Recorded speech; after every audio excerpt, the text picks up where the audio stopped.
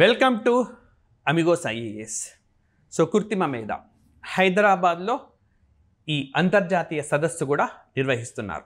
అయితే సదస్సుతో సంబంధం లేకుండా మనకు జనరల్ ఎస్ఏలో ఎమర్జింగ్ సైన్స్ అండ్ టెక్నాలజీ అంటే అధునాతన శాస్త్ర పరిజ్ఞానంలో భాగంగా ఈసారి కృత్రిమ మేధ పైన ఎస్ఏ వచ్చే అవకాశం అయితే ఉన్నది.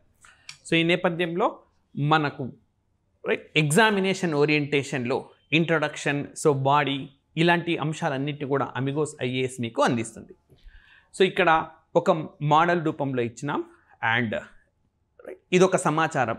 దీన్ని క్వశ్చన్కి అనుగుణంగా రీడిజైన్ చేసుకోగలగడం లేదా అదనపు సమాచారాన్ని జోడించగలగడం, ఇదంతా ఆస్పిరెంట్స్ ఎబిలిటీస్ పైన ఆధారపడి ఉంటుంది. రైట్. సో స్టార్టింగ్ మనం ఒక కొటేషన్తో, అంటే కృత్రిమ మేధకు సంబంధించిన కొటేషన్ ఒకటి రైట్ ప్రముఖ శాస్త్రవేత్త స్టీఫెన్ హాకిన్స్ ఇచ్చింది. సో ఇదంటే కృత్రిమ మేధ అనేది మానవ చరిత్రలో అతిపెద్ద ఆవిష్కరణగా ఉంటుంది. అయితే ఇందులో ఉన్న ముప్పును పసిగట్టకపోతే ఇదే అతి చివరి ఆవిష్కరణ కూడా కావచ్చు. So it will be the great innovation that it will be, అంటే that is AI and there is a risk is also involved in it. If we are able to identify, it's okay, otherwise it will become the last great invention to this world అని చెప్పి మనకు Stephen Hawkins అంటే right కృత్రిమ మీద ప్రాధాన్యాన్ని తెలియజేసే కొటేషన్ని మనము ఇచ్చినాం. So ఈ విధంగా కొటేషన్తో లేదా ఒక లైవ్ ఎగ్జాంపుల్తో స్టార్ట్ చేసుకోవచ్చు. సో ఇప్పుడు మనకు ఇక్కడ రెండు అంశాలు ఉన్నాయి కొటేషన్లో. కృత్రిమ మేధ అనేది ఒక గొప్ప ఆవిష్కరణ, ఎట్ ద సేమ్ టైం ముప్పు పొంచి ఉన్నది. ఈ రెండింటిని సపోర్ట్ చేస్తూ మన వ్యూస్ అనేవి ఎక్స్ప్రెస్ చేయాల్సి ఉంటుంది. సో కృత్రిమ మేధ ఒక టీచర్, ఒక యాంకర్, ఒక న్యూస్ రీడర్, ఒక స్పోక్స్ పర్సన్, ఒక రోగ నిర్ధారణ వ్యవస్థ. సో అంటే ఇన్ని సందర్భాల్లో మనకు ఉపయోగపడుతుంది. రైట్. సో ఇలా చెప్పుకుంటూ వెళ్తే అనేక అంశాలు ఉన్నాయి. అయితే ఇది నాణానికి ఒకవైపు మాత్రమే, అంటే మనకు ఉపయోగపడేది. ఒక కృత్రిమ మేధతో ఉండే రోబో టీచర్గా ఉన్న సందర్భాలు ఉన్నాయి. కేరళలో ఐరిస్ అని చెప్పి ఒక యాంకర్ అన్నమాట. సో మనకు ఏఐ వ్యవసాయ రంగంలో క్రిష్ భూమి అని చెప్పి యాంకర్స్ని ప్రవేశపెట్టారు. రైట్. నేను ఉదాహరణలు మాత్రమే చెప్తున్నాను. News reader, right, news reader Sana అని చెప్పి ఒక న్యూస్ రీడర్ని ఏఐ చాట్బోట్ మన దేశంలోనే ఏఐ రోబోతో మన దేశంలో ప్రవేశపెట్టారు. స్పోక్స్ పర్సన్ ఉక్రెయిన్ దేశం అయితే కృత్రిమ మేధతో పనిచేసే రోబోని స్పోక్స్ పర్సన్గా ప్రవేశపెట్టింది. రోగ నిర్ధారణ వ్యవస్థలో కృత్రిమ మేధను ఉపయోగిస్తున్నారు, పెస్ట్ కంట్రోల్కి వినియోగిస్తున్నారు. సో ఇట్లా అనేక సందర్భాల్లో కృత్రిమ మేధ ఉపయోగపడుతుంది. అండ్ రైట్, అయితే ఇది నాణ్యానికి ఒకవైపు మాత్రమే. మరొక వైపు చూస్తే చూడండి, గూగుల్ నివేదిక ప్రకారం అత్యధికంగా కార్బన్ ఉద్గారాలకు కారణం కృత్రిమ మేధ. రైట్. సో మనం గూగుల్తో ఏదైనా సెర్చ్ చేస్తే అయ్యే విద్యుత్ కంటే మనకు ఈ కృత్రిమ మేధతో కృత్రిమ మేధను ఉపయోగించి మనము సెర్చ్ చేస్తే ఎక్కువ విద్యుత్ ఖర్చు అవుతుంది. 10 నుంచి 33 రెట్ల ఎక్కువ విద్యుత్ ఖర్చు అవుతుంది. సో కాబట్టి ఎక్కువ విద్యుత్ వినియోగం, ఈ విధంగా 10 to 33% ఓవరాల్గా ఇది ఎక్కువ విద్యుత్ను వినియోగిస్తుంది. సో కృత్రిమ మేధతో 40% ఉద్యోగాలకు ముప్పు ఉందని IMF నివేదిక ఇచ్చింది. సో మనకు ఒకవైపేమో పాజిటివ్స్ రాసినాం, ఒకవైపేమో సవాల్, దీని నెగిటివ్స్ అనకూడదు, సవాళ్ళు ఉన్నాయి.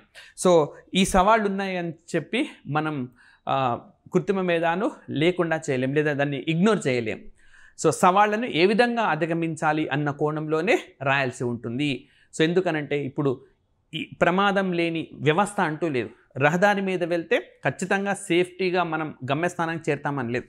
అనేక సవాళ్ళు ఉన్నాయి, అధిగమించుకుంటూ పోవడమే. కృత్రిమ మేధలో కూడా అనేక సవాళ్ళు ఉన్నాయి. ఏ విధంగా సవాళ్లను గుర్తించినావా, సవాళ్లను అధిగమించే మార్గాలు నీ దగ్గర ఉన్నాయా లేదా అన్న ఫోకస్గా మనం ఎస్సే ఉంటుంది. సో కృత్రిమ మేధతో కార్మికుల ఆదాయం తగ్గిందని చెప్పి మనకు ఒక 2 days అయింది. అంతర్జాతీయ కార్మిక సంస్థ కూడా నివేదిక ఇచ్చింది. ఒకవైపేమో పాజిటివ్స్ రాసినాం, ఒకవైపేమో సవాళ్ళు రాసినాం. ఇప్పుడు మన ఎస్సేలో కృత్రిమ మేధ ఏ విధంగా అన్ని వ్యవస్థల్లో ఉపయోగపడుతుంది, మరి ఏ విధంగా ఈ సవాళ్ళు ఉన్నాయి, ఏ విధంగా ఈ సవాళ్ళను అధిగమిస్తూ ఉన్నాము అన్న రాసుకుంటే సరిపోతుంది. ఇంట్రడక్షన్లోనే మీరు అన్ని కోణాలను స్పృశించినారనమాట. సో ఇది ఒక నమూనా ఎస్సే. ఆస్పిరెంట్స్ కూడా తమ ఆలోచనలకు అనుగుణంగా దీన్ని రీడిజైన్ చేసుకోవచ్చు లేదా పూర్తిగా కొత్త సమాచారంతో కూడా రాసుకోవచ్చు. ఇంకా మంచి కొటేషన్ ఉంటే కూడా వినియోగించుకోవచ్చు. రైట్.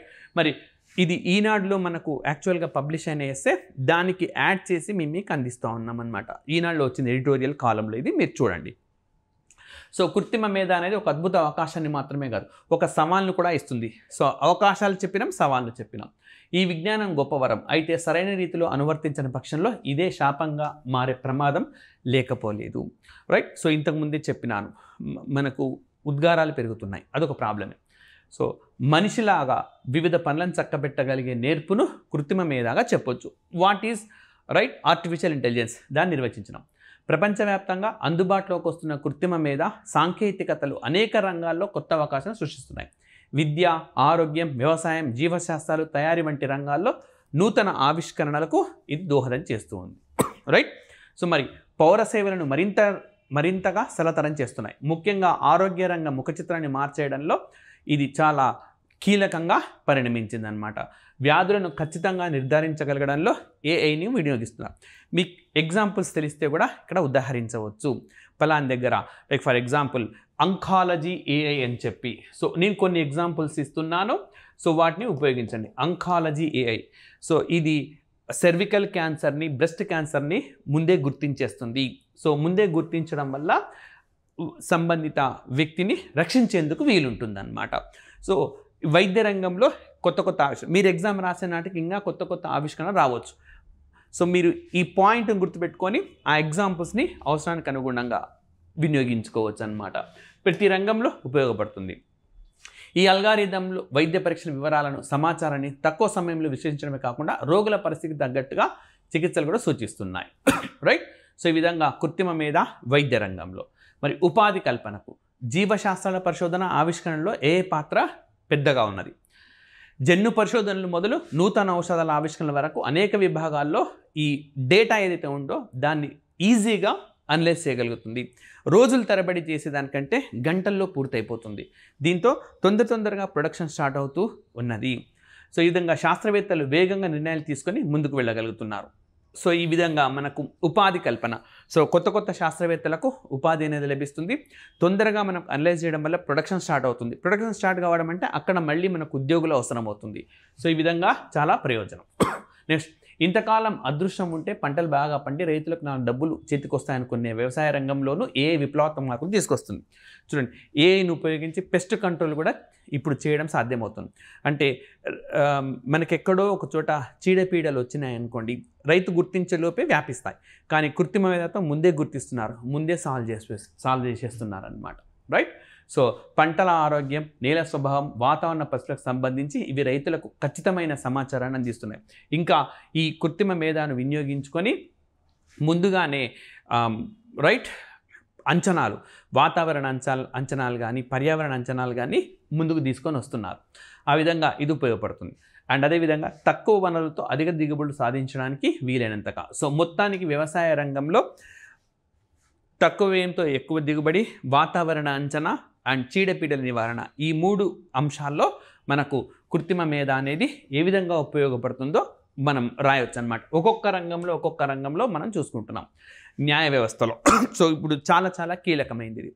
భారతదేశంలో లైక్ ఈ జడ్జిమెంట్స్ రావడం అన్నది చాలా ఆలస్యం అవుతా ఉన్నది. సో మనకు ఒక ప్రావర్బ్ కూడా ఉన్నది, justice delayed is justice denied. అంటే జాప్యంతో వచ్చిన తీర్పు అసలు మనకు న్యాయం చేసినట్టుగా కాదు అని చెప్పి దానిలో మనం చూడవచ్చు. సో మరి ఓకే, ఇక్కడ కృత్రిమ ఎందుకనంటే మనకి ఈ ప్రాబ్లం, లైక్ మీకు ఒక కేస్ స్టడీ చెప్తాను.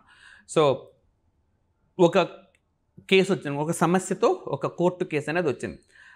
అప్పుడు జడ్జి ఏం చేయాలి? ఇలాంటి తరహా కేసులు గతంలో ఏమొచ్చినాయి, ఏం జడ్జిమెంట్స్ ఇచ్చినారు, దాన్నే మనం ఇక్కడ రెప్లికేట్ చేయొచ్చా, స్టడీ చేయాలి. మరి ఎలా స్టడీ చేయాలనంటే బాగా ఎప్పుడూ భారతదేశంలో న్యాయ వ్యవస్థ ప్రారంభమైన నాటి నుంచి తీర్పులను చదవాల్సి ఉంటుంది. సో టైం తీసుకుంటారు కాబట్టి వాయిదా వేస్తారు. అది తీరకముందే ఇంకొక కేసు వచ్చేస్తుంది, మళ్ళీ దాని ఈ విధంగా కేసులన్నీ పెద్ద గుట్టలుగా పేరుకుపోయినాయి. ఇటీవలే మనకు న్యాయ వ్యవస్థకు సంబంధించిన సమావేశం కూడా జరిగింది. భారత రాష్ట్రపతి, భారత ప్రధానమంత్రి కూడా మాట్లాడినారు. ఈ జిల్లా న్యాయ వ్యవస్థలకు సంబంధించిన సమావేశం. ఈ సందర్భంగానే మనకు సుప్రీంకోర్టు ఏర్పడి 70 సంవత్సరాల నేపథ్యంలో జెండాను ఆవిష్కరించారు, ఎంబ్లం కూడా తీసుకొని వచ్చినారు. సో ఇవన్నీ కూడా మనం రాయాల్సిన అవసరం లేదు, బట్ మీకు అవగాహన కోసం చెప్తున్నాను. సో మరి ఢిల్లీలో ఆల్రెడీ కృత్రిమ మేధను ప్రవేశపెట్టినారు. ఒక సమస్య వచ్చిందంటే ఈ సమస్య గతంలో ఎప్పుడు వచ్చేది, ఏమేమి కేసులు పరిష్కారం, ఏమేమి జడ్జిమెంట్స్ ఇచ్చారనగానే కృత్రిమ మేధ అంత సమాచారాన్ని జడ్జి ముందు ఉంచుతుంది. వెంబడే వాటిని రిఫర్ చేసి మొత్తం పుస్తకాలను చేయకుండా ఎగ్జాక్ట్గా మనకు కావాల్సింది ఎక్కడుంది అని చెప్పి అది మనకి ఇస్తుంది. దాన్ని చదవడం ద్వారా మరి న్యాయమూర్తి విచక్షణ ఉపయోగించి ఆయన జడ్జిమెంట్ అనేది ఇస్తారనమాట. సో ఈ విధంగా న్యాయ వ్యవస్థలో, అదేవిధంగా విద్యారంగంలో ప్రవేశించింది. ఇంతకుముందే చెప్పినాను, భారతదేశంలో ఐరిస్ అనే టీచర్ రైట్ కేరళ రాష్ట్రంలో ప్రవేశపెట్టారు. ఓకే, సో విద్యారంగంలో కృత్రిమ మీద అనేక సంస్కరణలను తీసుకురాగలరు. సో అదే సమయంలో దానివల్ల కొత్త సవాళ్ళు కూడా ఎదురవుతాయి. సో ఎక్కడైనా అంతే. సో అందుకే అంటున్నా, ఎక్కడ కూడా మీరు సమస్య అని రాయడానికి కుదరదనమాట. ఎస్ఏ రాసేటప్పుడు సవాల్ ఉంది, సవాళ్ళు ఏ విధంగా అధిగమిస్తాము అన్న కోణంలోనే రాయాల్సి ఉంటుంది. రైట్, అదేవిధంగా మనకి ఇంకా ఇక్కడ లేవు, బట్ చాలా మేరకు చెప్పగలుగుతాం అనమాట. లైక్ ఫర్ ఎగ్జాంపుల్ మనకు మధ్యప్రదేశ్ రాష్ట్రంలో ఒరిస్సా రాష్ట్రంలో ఆమా కృషి ఏ అని చెప్పి కృత్రిమ మేధతో పనిచేసే చాట్ బోట్ వచ్చింది. సో వ్యవసాయ రంగంలో వారికి ఏ డౌట్స్ ఉన్నా క్లారిఫై చేస్తుంది. అదేవిధంగా రక్షణ రంగంలో కూడా వినియోగిస్తున్నారు. సో ఇంద్రజాల్ అని చెప్పి మనకు హైదరాబాద్ కేంద్రంగా పనిచేసే ఒక స్టార్టప్ సంస్థ, అంకుర సంస్థ దీన్ని ప్రవేశపెట్టింది. శత్రువులకు సంబంధించిన డ్రోన్లు ఏవైనా ప్రవేశిస్తే కృత్రిమ మేధా సాయంతో గుర్తించి వాటిని డిస్ట్రాయ్ చేస్తుంది. అదేవిధంగా మనకు నీటిలో అంటే సముద్రాల్లో చిన్న చిన్న కుంటలు, చెరువులు కాదు, సముద్రాలలో పేరుకుపోతున్న కాలుష్యాన్ని లేదా ఏవైనా కోరల్స్ అంటే ప్రవాళాలు దెబ్బతింటే వాటిని ముందుగానే గుర్తిస్తుంది. తీరంలో ఏదైనా కాలుష్య ఇబ్బందులుంటే గుర్తిస్తుంది. ఈ విధంగా కృత్రిమ మేధ అనేది వ్యవసాయ రంగంలో, విద్యారంగంలో, ఈవెన్ మనకు సెబీ కూడా రీసెంట్గా సేవా అని చెప్పి ఒక ఏఐ కృత్రిమ మేధతో పనిచేసే చాట్బోట్ను ప్రవేశపెట్టింది. సేవా అంటారు. మీరు దీన్ని కూడా ఉదాహరించవచ్చు. ఇప్పుడు ఎవరైనా స్టాక్ మార్కెట్లో ఇన్వెస్ట్ చేయాలంటే ప్రాథమిక పరిజ్ఞానం లేదనుకోండి, నిజానికి స్టాక్ ఎక్స్చేంజ్లో మీరు ఇన్వెస్ట్ చేయాలనంటే బ్యాంక్ అకౌంట్ ఉండాలి, డీమ్యాట్ అకౌంట్ ఉండాలి, ఆ తర్వాతనే మీరు ట్రేడింగ్ చేయాలి. సో ఇవన్నీ మేము ఎవరిని అడగాలంటే అతను నిజంగా మీకు హెల్ప్ చేస్తాడా? స్టాక్ మార్కెట్ అంటేనే మనకు నాలెడ్జ్ లేకుండా పక్షం వల్ల మోసాలకు గురే ప్రమాదం కూడా ఉన్నది. ఈ నేపథ్యంలో ఎవరిపై ఆధారపడాల్సిన పని లేదు. కృత్రిమ మేధాతో పనిచేసే చాట్బోట్ సేవాని ఏ డౌట్ అడిగినా క్లారిఫై చేసేస్తుంది. సో దాని సహాయంతో మీరు షేర్ మార్కెట్లో ట్రేడ్ చేయవచ్చు. ఇలా ఒకటని కాదు, చాలామంది విద్యారంగం, వైద్య రంగం ఇలాంటివి రాసి పరిమితం అవుతారు. ఇప్పుడు నేను చెప్పినాను కదా మీకు సెబీ, అందులో వ్యవసాయ రంగంలో, న్యాయ వ్యవస్థలో, ఢిల్లీ హైకోర్టులో ఆల్రెడీ ప్రవేశపెట్టాం మన కృత్రిమ మేధాతో పనిచేసేది. ఇలా అనేక ఉదాహరణలు మీరు ఇవ్వవచ్చు అన్నమాట. మరి దేశంలో 2025 నాటికి ఏఐ ఆధారిత ఉద్యోగాలు 60% మేర పెరుగుతాయని అంచనా. సో మనకు IMF నివేదికకి ఇది కాంట్రాడిక్షన్గా ఉన్నది. సో కాబట్టి ఒకవైపు IMF ప్రపంచవ్యాప్తంగా తగ్గుతాయని చెప్పినా మరి భారతదేశంలో మాత్రం ఈ సమస్యను అధిగమించగలిగినాం. 60% ఉద్యోగాలు లభిస్తున్నాయని చెప్పి మనకు రకరకాల అంచనాలు ఉన్నాయి. సో వచ్చే ఏడాది చివరి నాటికి హైదరాబాద్లో కొత్తగా 50,000 ఏఐ ఉద్యోగాలు వస్తాయని చెప్పి భావిస్తూ ఉన్నారు. సో వీటిని అందిపుచ్చుకోవడం కోసం మరి ఊరికైనా రావు జాబ్స్, అందుకే తెలంగాణలో TAIM అని చెప్పి తెలంగాణ అకాడమీ ఫర్ స్కిల్స్ అని చెప్పి ప్రవేశపెట్టారు. ఎట్ ద సేమ్ టైం మనకు స్కిల్ యూనివర్సిటీ, ఓకే, తెలంగాణలో స్కిల్ యూనివర్సిటీని కూడా ఏర్పాటు చేయబోతున్నారు. ఏ సదస్సు కూడా నిర్వహించినారు కదా, ఏ పూర్తి స్థాయిలో అవగాహన కల్పించేందుకు. మరి రాష్ట్ర వ్యాప్తంగా 300లకు పైగా కళాశాలలు AI, మెషిన్ లెర్నింగ్ వంటి అంశాల్లో కోర్సు అందిస్తున్నాయి. Telangana skills university okay already చెప్పినాను, ఇది ఏర్పాటు కాబోతున్నది. ఇది సాకారం అయితే మార్కెట్ అవసరాలకు అనుగుణంగా తగిన AI చదువులు మరింత మందికి కూడా చేరువవుతుంది అన్నమాట. మరి రాష్ట్ర ప్రభుత్వం కృత్రిమ మేధా రంగంలో పరిశోధనలు, ఆవిష్కరణ కోసం AICT నిర్మించేందుకు మనకు ముచ్చర్ల దగ్గర 200 ఎకరాలు కేటాయించింది. సో మీకు ఇంకా తెలంగాణలో AI వృద్ధి సంబంధించిన ఏమైనా క్వశ్చన్ వచ్చినప్పుడు దీన్ని స్టార్టింగ్ ఇంట్రొడక్షన్గా కూడా వినియోగించుకోవచ్చు. ఇది నేను మామూలుగా జనరల్ ఎస్ఏలో భాగంగా మీకు ఆల్రెడీ చూపించిన ఎస్ఏ చెప్పిన. అలా కాకుండా తెలంగాణ కేంద్రంగా ఏ అభివృద్ధిని గురించి ప్రస్తావించమన్నప్పుడు దీంతో స్టార్ట్ చేయాల్సి ఉంటుంది.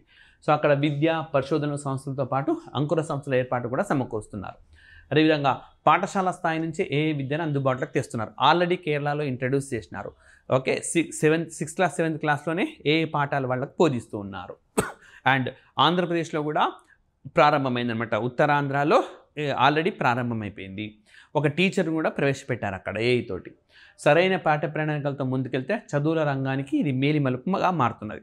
అదేవిధంగా ఆంధ్రప్రదేశ్లో ఏఐ వర్సిటీ ఏర్పాటు చేయాలన్నట్టు కొత్తగా ఏర్పడిన ప్రభుత్వం కూడా చెప్తున్నది.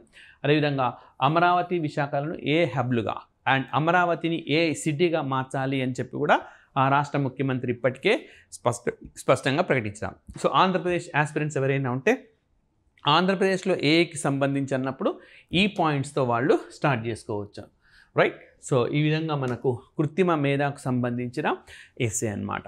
సో ఇక్కడ ఇచ్చిన ఇంట్రడక్షన్ ఈ బాడీలోనే కాకుండా ఇంకా మరింత సమాచారాన్ని మీరు యాడ్ చేసుకోవాల్సి ఉంటుంది. సో ఇందులో ఇంట్రడక్షన్ మధ్యలో కొంచెం నేను ఇచ్చిన ఎడిషన్ కాకుండా మిగతా అన్ని కూడా ఈనాడు పేపర్లో ఎడిటోరియల్ పేజీలో వచ్చిన అంశాలనే తీసుకోవడం జరిగింది, రైట్. మరొక అంశంతో నెక్స్ట్ సెషన్లో కలుద్దాం. Thank you very much.